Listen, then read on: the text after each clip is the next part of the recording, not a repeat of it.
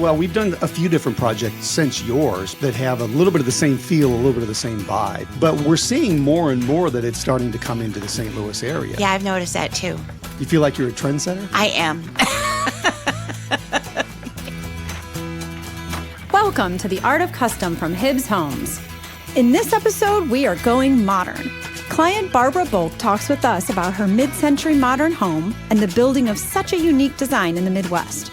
Next, we revisit an interview with client Amy DeSart on her build, which became a modern masterpiece. Enjoy! They say good design never goes out of style, and the two homes we're going to be talking about for stories 3 and 4 in our season of 20 stories for 20 years are really about going with your gut and designing a home that speaks to you. That seems to be a common theme over 20 years, Melody, that people really do follow your instinct, follow your gut, and build that home that speaks to you. So many times people try to overthink it, and I think that can really lead to a project that, you might be disappointed in. Well, in today's episode, we're going to shine a spotlight on two homes that made their mark on modern design here in St. Louis. Wait a minute. You said modern and St. Louis in the same sentence? I did. The thing about Barbara's home, who we're going to talk to first, it was really one of the first modern homes that came in after that Frank Lloyd Wright wave died down here in St. Louis. We have that gorgeous Ebsworth Park home that inspired an entire Sugar Creek Valley area of modern homes. And she loved those homes. And just because she wasn't building in Sugar Creek Valley, she decided, you know what? I'm going to build myself a home. It turns out that Barbara's office literally was right below our old office in the Chesterfield, Missouri area.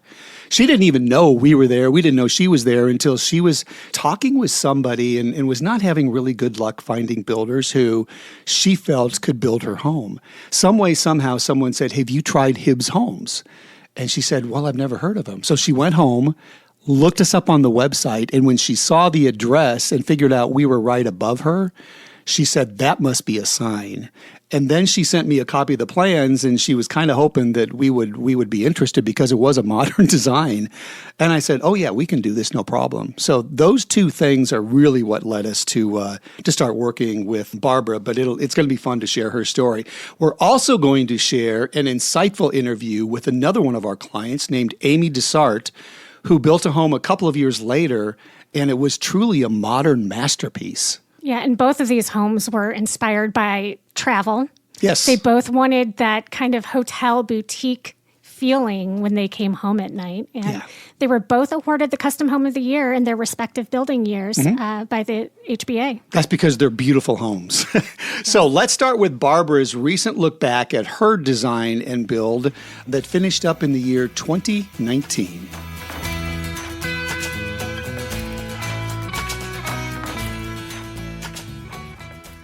Your name again is? My name is Barbara Bolk. Oh, that's right. You look vaguely familiar. I know, right? So this is 20 years. We're celebrating 20 years. I know. Congratulations. That's wonderful. Well, you've been in business a very long time. Very long time. Probably 37. But 30. you see, you lost track. I didn't. Yeah. That's because we have Melody. She remembers things like this. Right. I only have Carol. We're actually talking about our favorite projects, and obviously we love your home. We love the design. We love the style. And the funny thing about it is that's what you were dreaming about all along, wasn't it? Yes, it was. I wanted a U-shaped home with my pool in the middle so I could see it from every room. How long had you been thinking about that? Gosh, 10 years. Because I bought the land and then the market tanked, so I couldn't move. And just kind of was milling around and looking at sites all the time, wanting to decide a concept of what I wanted. And my friend's mom said to me, "Why don't you make a U-shaped home?" And I was like, that is an amazing idea. So let's do that.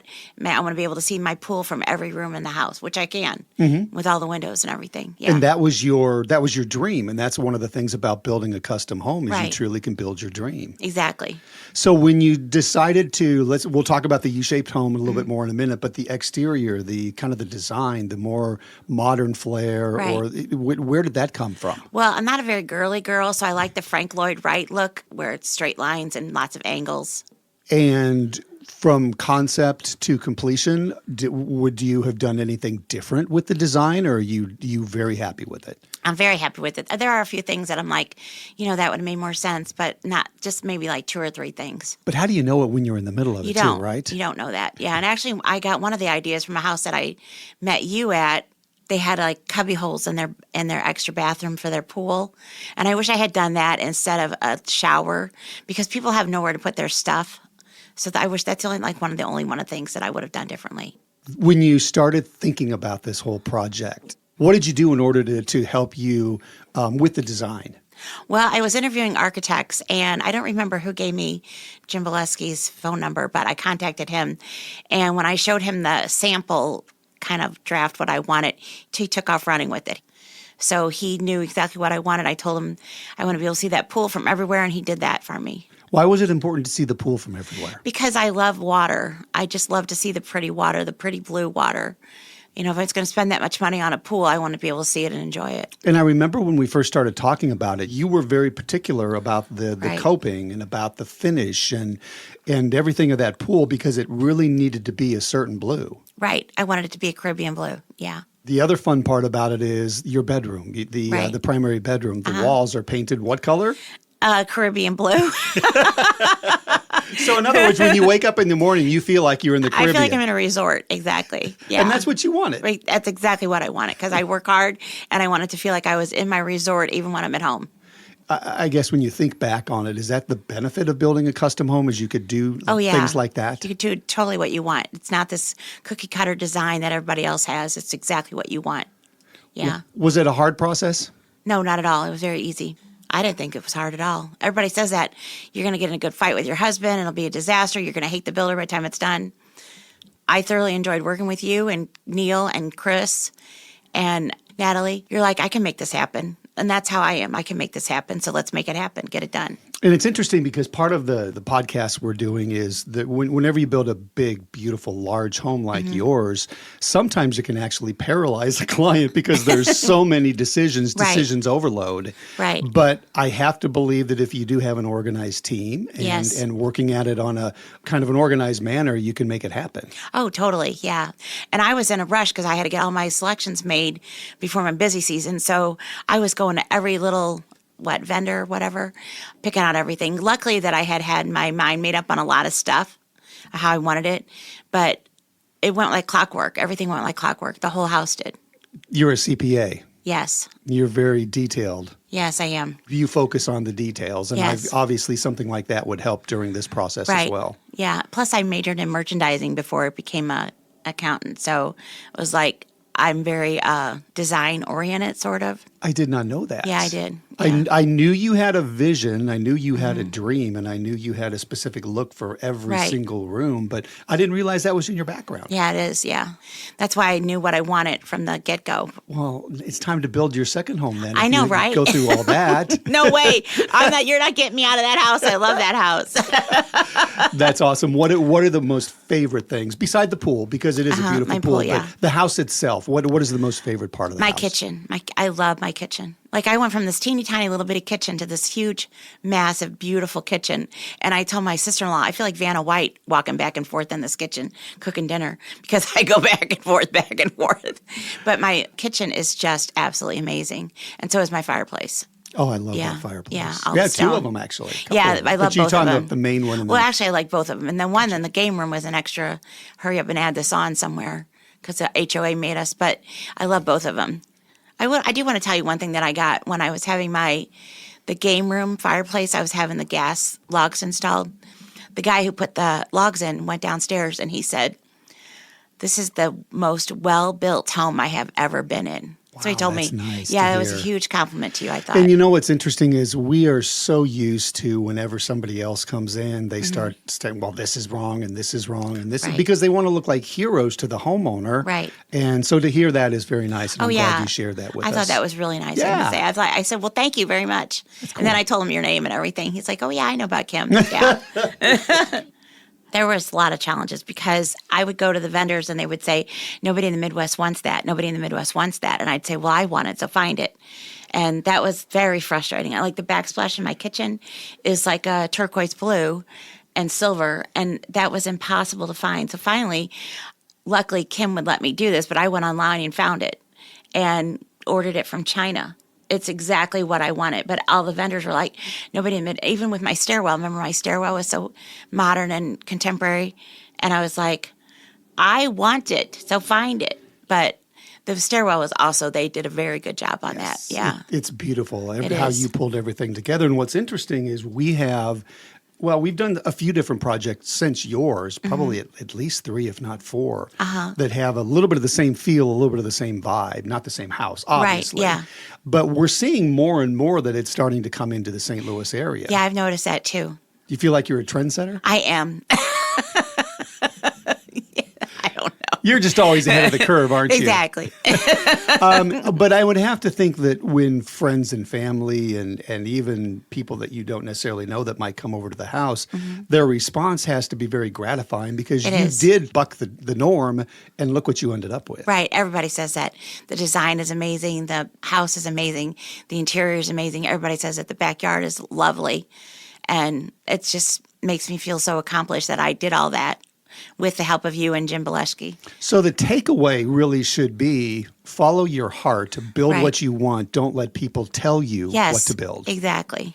Follow what you want. And I had lots and lots of ideas that I had already come up with, and I knew what I wanted. You know, Barbara, one of the things you mentioned was the really cool staircase and the newel post, the lighted newel post, Right, and how yeah. unusual it is. Yes. How did that come about? Did it start with a picture? Did you just meet with the stair contractor? And I don't remember who the contractor was, but he came to my office with a sample baluster, I guess that's what it's called. And he told me how he could cut glass in it to match the glass that was in my bar cabinets. And then he said, and the cool thing is we could put these balusters at each corner and put that glass in there and then let them light up. And I was like, that is amazing. Let's do that. They do beautiful work. And again, I'm going to fall back on the beauty of building a custom home. You Right. can't do that if you're building production or semi-custom. No, not at all. Yeah, because my brother was building at the same time as I was, at the exact same time. And he was so frustrated with his builder. He was hitting his head against the wall constantly on with his little project manager, constantly going round and round with her. And I just was like, everything's good at my house. Because your dogs are extremely important. Right, I mean, yeah. everything from the pool and the pictures you share yeah. on Facebook and everything of importance Right. with the house Yeah. had the dogs in mind. Yeah. Talk about that. So the pool has a ledge in each corner so that Max can get in and out on his own because I didn't want to have to worry about him being outside. And it was funny, the first day we were out there, he looked at me like I want to get in there, but I was sitting on the lounge chair and I go, if you want to get in, get in. So now he just gets in all the time by his own and swims around and then he gets back out. I turned a cabinet in the mudroom into a dog pen so that there is literally no dog pen in my house sitting out and about. It's in a cabinet in the mudroom. So he knows he has to go in there and that's where his little bed is and that's where he stays when I'm gone. I don't have the dog wash, but I do have because my dogs are teeny tiny little bitty dogs. And I do have a sink in the laundry room and he knows that's where he gets a bath. But Melody is absolutely right. The attention that people are starting to pay to Sure, their yeah. pets is incredible. And I think we it's do great. so many dog wash stations Yeah. and things like that.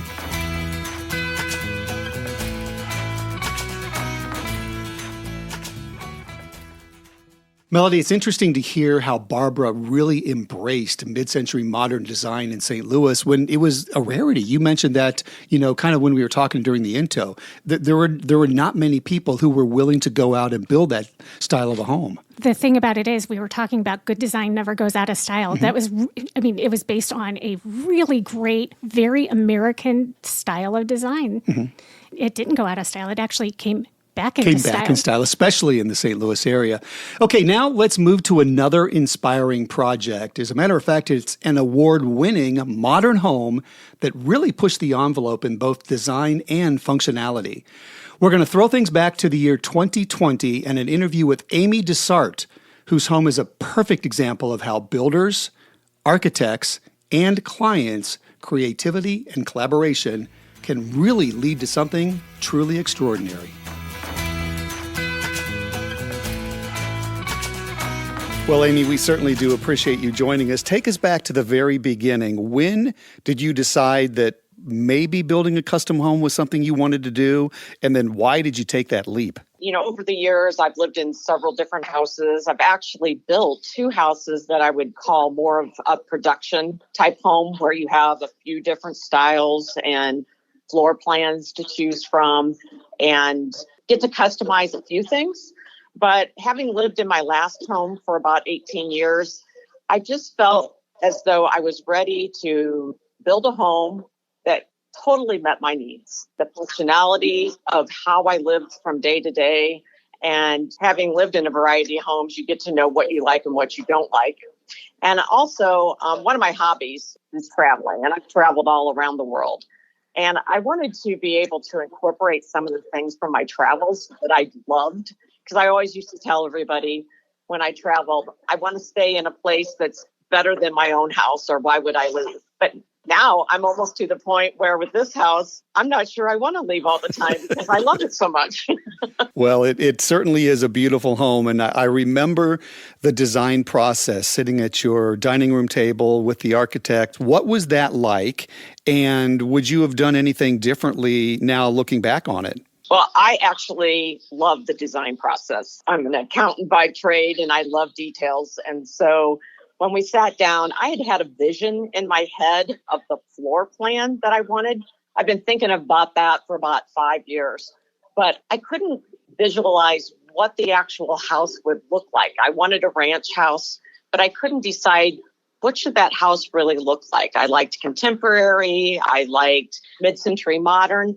And I think sitting down with you and the architect and the fact that the two of you had worked together a lot, I think that was invaluable, because we could go back and forth and, talk about different things and what would work and what wouldn't work and how we could really design it to my personality as well as kind of make it unique.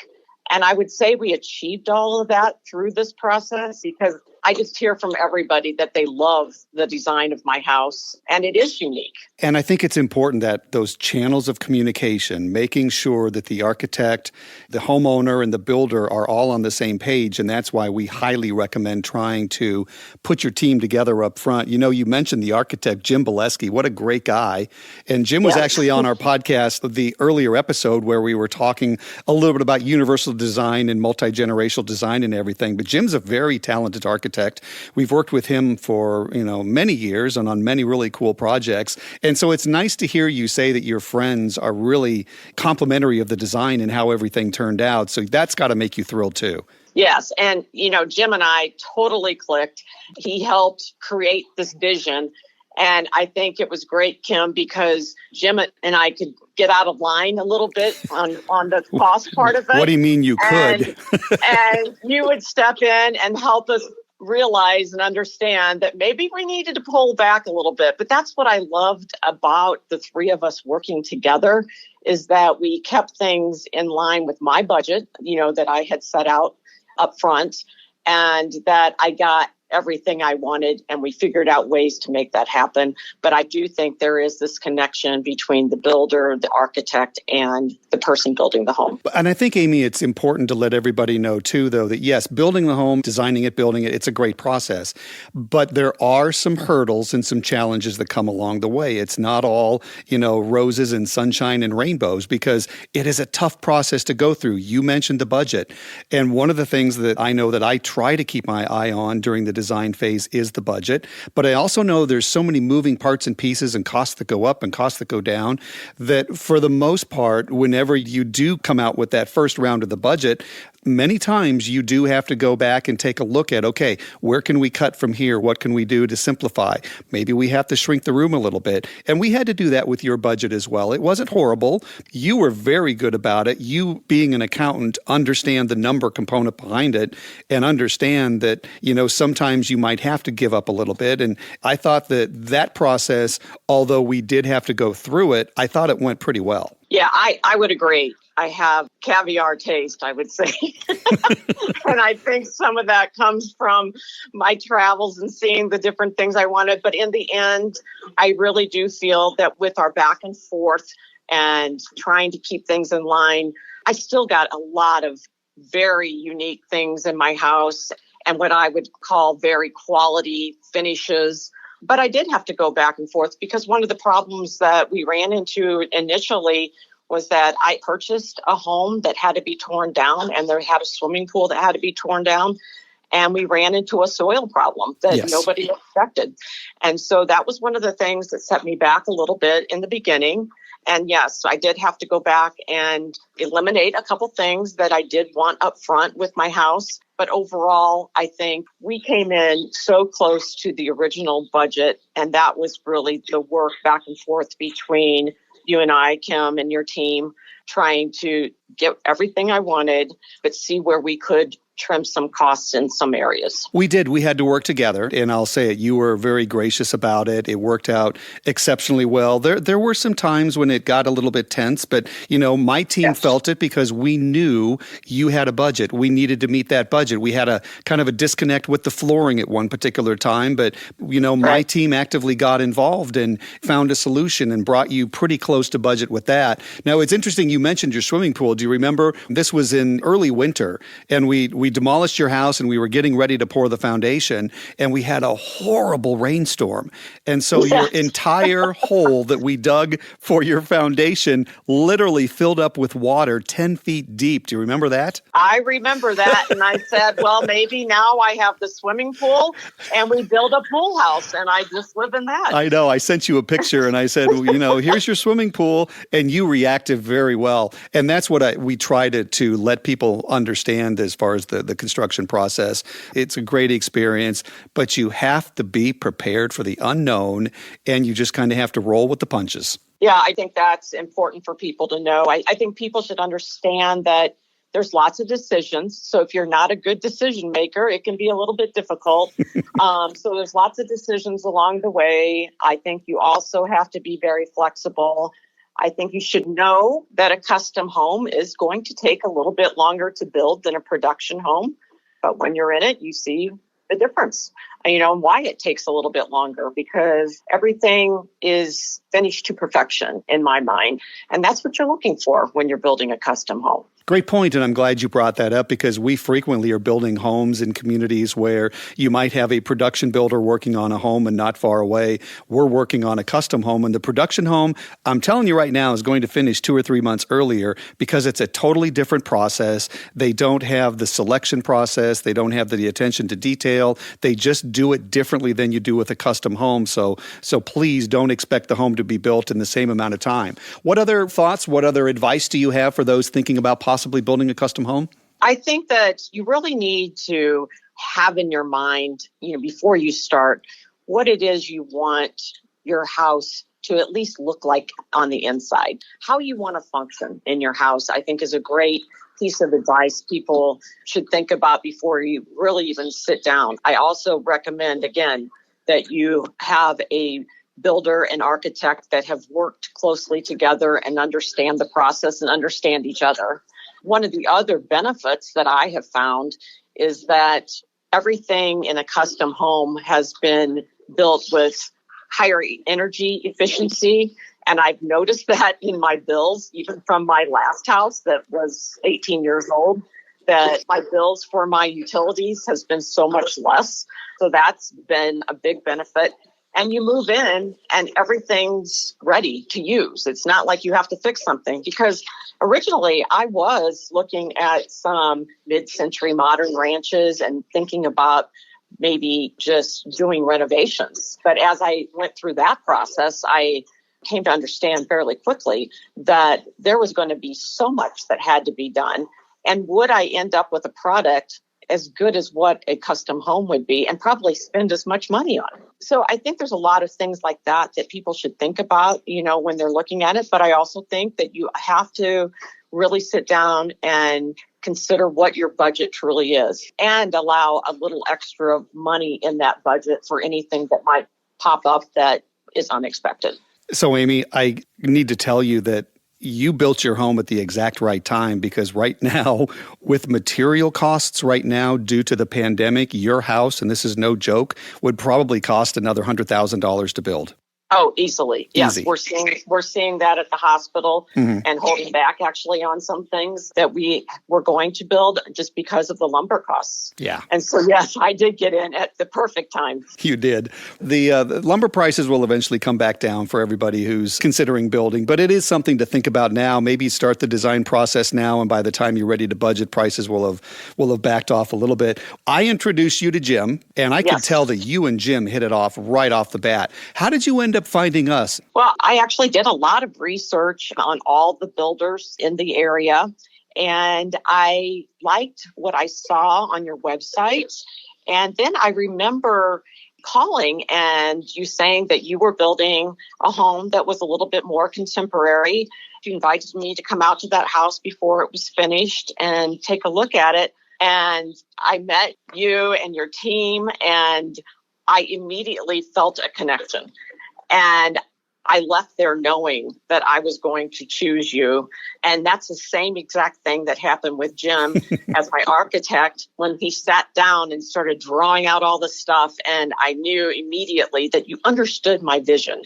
And the house that you showed me, it was perfection in my mind as far as all the finishing touches and the way it looked. And I could tell that you were very enthusiastic about it and very interested in meeting the needs that I was looking for. So it was really just the connection that I felt. And again, the reputation that I found out that you had in the area for building such a great house. Go with your gut, it sounds like. And Amy, It truly was. It was one of our favorite projects. And I know Neil, our superintendent who ran your project, still talks about you. And I guess when you guys get together, you end up laughing half the time from what Neil says. So it's really been a pleasure. Thank you for joining us. Thank you for the advice that you are willing to share for our listeners, because the custom building process can be so rewarding, but we want everybody to go in with their eyes wide open and understand.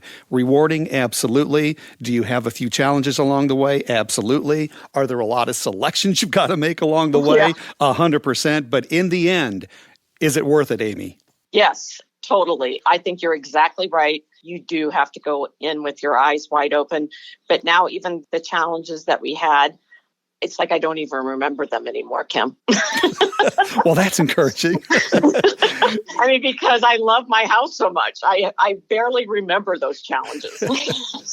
Well, that's nice to hear. I'll go back and tell the team.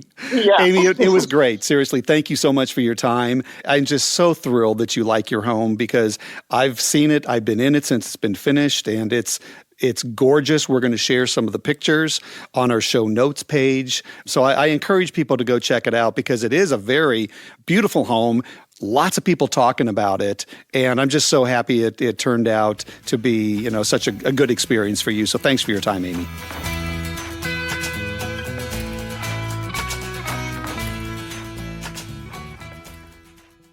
Melody, like Kelly's house, Amy's was also written up by a local newspaper. And so was Barbara Bolk's. That's true. I forgot about that. Barbara's and Amy's and Kelly. So all three of them. Right. Yeah. They were featured in the at-home section of the local paper, the St. Louis Post-Dispatch. Mm-hmm. And there are photos with the homes fully furnished and complete, and interviews with both of the clients. So you can kind of hear someone else ask questions if you want to learn a little bit more. And I would assume you can still go online and see those? Absolutely. And we embedded the videos on our website too. Okay. So, and I'll link to everything in our show notes. I know you always do such a good job with that. I try. I'm also going to add a modern architecture guide that we came up with at the beginning of the year. And okay. Kind of keep it updated as styles change, but really see the difference between the different styles of modern architecture, because it's not just mid-century modern, and it's not just modern. Or it's not just mountain modern. Yeah, exactly.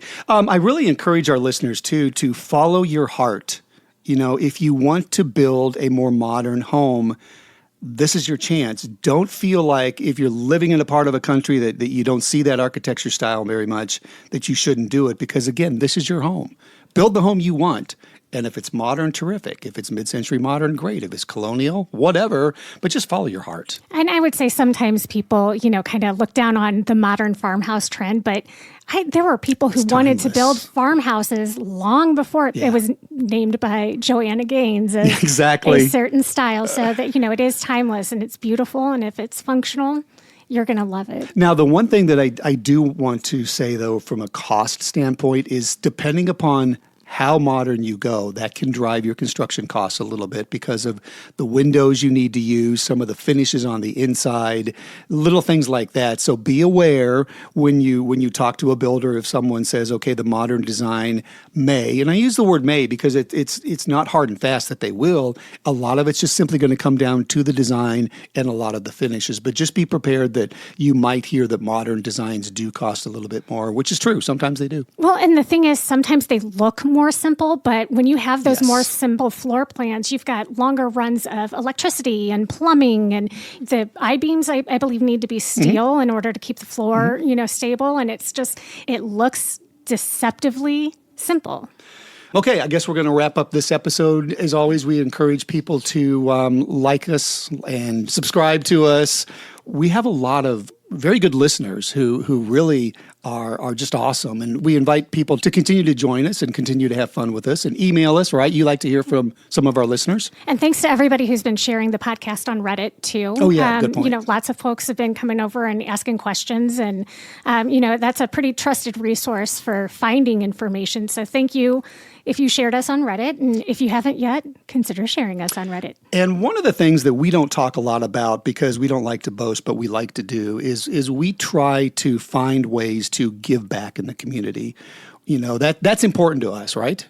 Right. And not everyone has access to the same resources that all of our clients do. And so using our resources, be intellectual or physical or, labor, to give back is something that we can uniquely do. And so it really is right when they say home is where the heart is. Absolutely. And that's why on our next episode, we are going to talk about Hibbs Gives. See you then.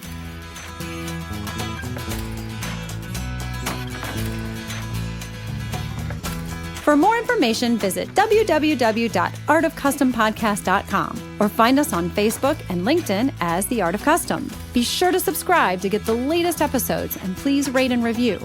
The Art of Custom is produced by HugMonster Sound with original music by Adam Frick-Verdine. Thanks for listening.